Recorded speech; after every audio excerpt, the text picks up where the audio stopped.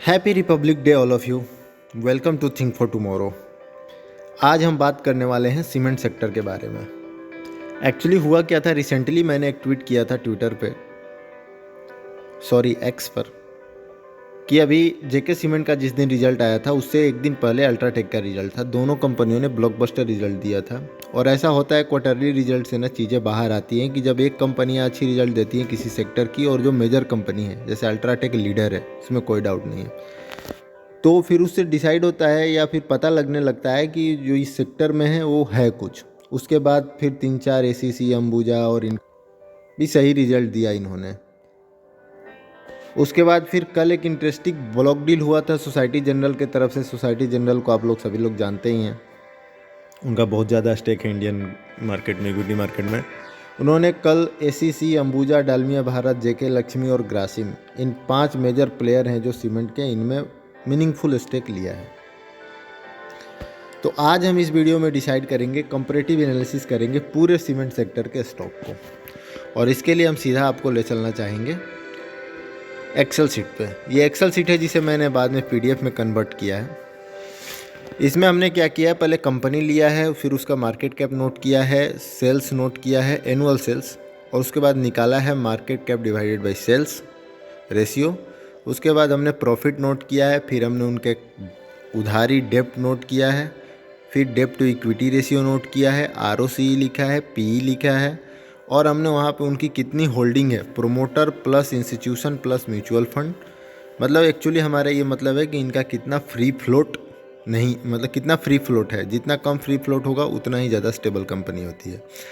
और रिसेंट में कोई डील हुआ है, उस कंपनी का मोट क्या है, मैनेजमेंट कैसा है, और लास्ट में हमने एक रिमार्क्स का कॉलम जोड़ा है।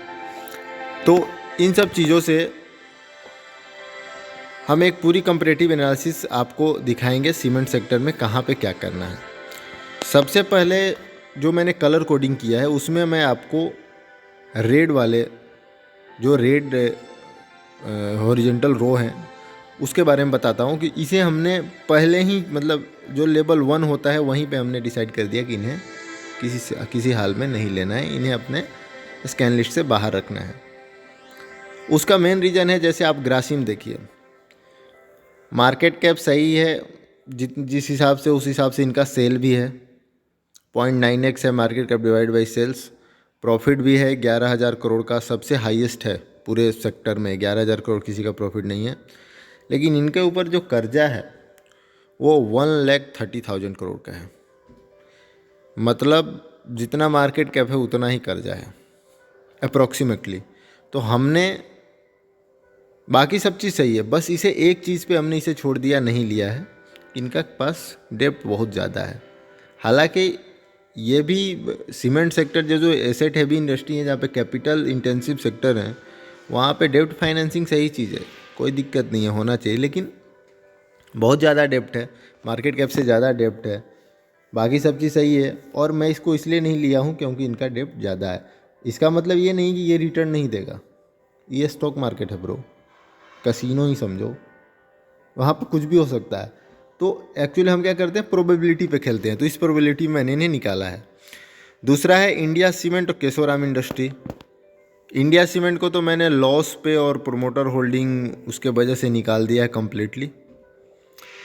और जो केशोराम इंडस्ट्री है, इनका 4 गुना डेप्ट है इनके ऊपर, डी रेशियो 4 टाइम है।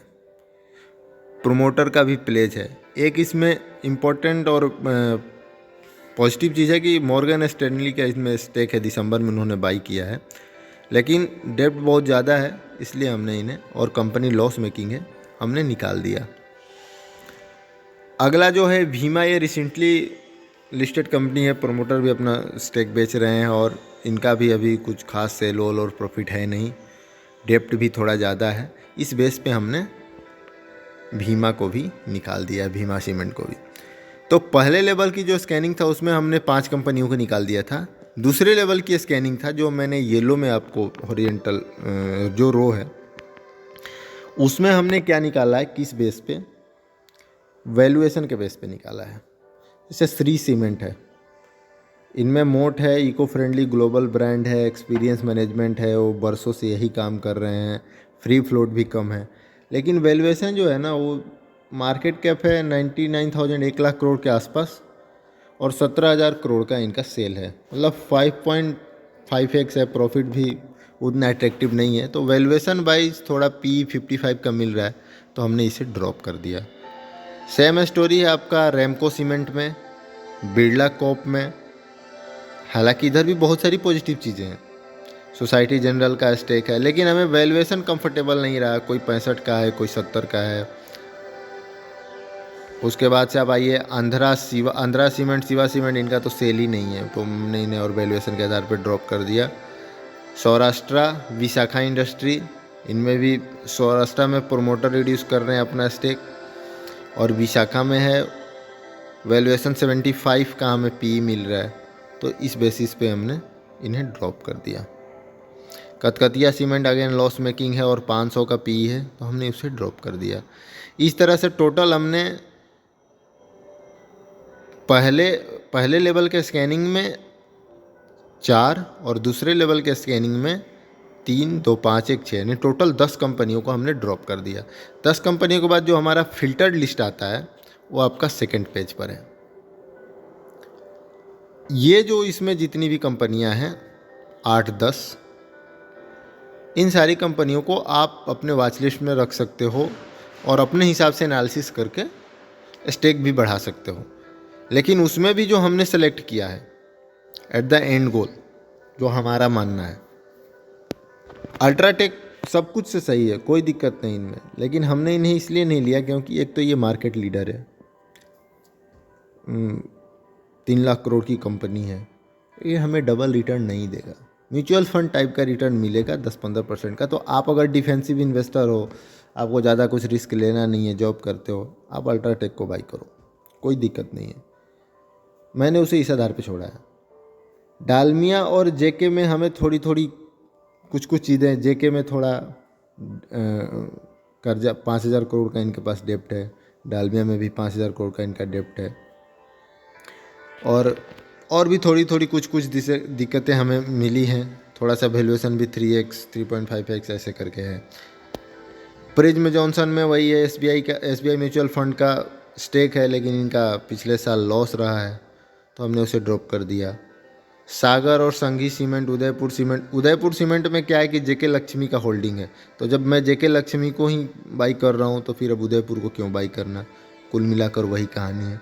तो इस आधार पे हमने छोटे कारणों की वजह से 3 और 4, 7 कंपनियों को और ड्रॉप कर दिया। जो हमारा फाइनल लिस्ट है, जहाँ पे हम बुलिश हैं और आप भी अपना एनालिसिस करोगे तो ठीक ठाक वैल्यूएशन भी पाओगे, ठीक ठाक फंडामेंटल भी पाओगे, और टेक्निकल का तो बात ही नहीं करना, सारे सीमेंट सेक्टर 200 MOV एवरेज से ऊपर है। तो इसमें हमारा है Ambuja, ACC, JK Lakshmi, Orient cement, Mangalam cement and Shri Digvijay cement. ये ये 6 कंपनियां ऐसी हैं जहां पे हमें परफेक्ट कोई दिक्कत नहीं लगा है। ये हमारा एनालिसिस है। यहाँ पे मैं आपको रिकमेंडेशन देना चाहता हूँ कि हमारी टीम जो पब्लिक डोमेन में अवेलेबल इन्फॉर्मेशन है उसके आधार पे ही प्रोबेबिलिटी गेम खेलते हैं स्टॉक मार्केट में। हमें कुछ पता नहीं है कंपनी का आगे क्या मूव हो सकता है। आज मैंने ये वीडियो बना दिया, कल का आपको सुनोगे कि जेके लक्ष्मी में या जो भी है, कोई भी मान लो अंबुजा ACC में इतना बड़ा का फ्रॉड हुआ, तो हम उसका कुछ नहीं कर सकते। ये आपको खुद ही इतनी रिस्क लेकर चलना पड़ेगा। तो हमारा जो फाइनल लिस्ट है सीमेंट का, Ambuja, ACC, JK Lakshmi, Orient, Mangalam and Shri Digvijay. आप इसमें इन्वेस्ट करने से पहले आप एक बार अपना रिसर्च जरूर कर लीजिएगा। And thank you for watching this video. I hope you guys are doing well in your investing journey. और इस वीडियो में मैं आगे ख़त्म करने से पहले एक चीज़ और बताना चाहता हूँ। आपको जिस भी सेक्टर को एनालाइज करना है ना, ऐसा फॉर्मेट बना लीजिए, उनकी हर एक चीज़ों को नोट करके रखिए। ये चीज़ें आप खुद डेवलप कर लो। कब तक दूसरों के भरोसे रहोगे या दूसरों की देखते सुनते रहोगे? ये चीज़ें जब आप खुद ही करने लगोगे तो आप सेल्फ डिपेंड भी हो जाओगे। Thank you for watching.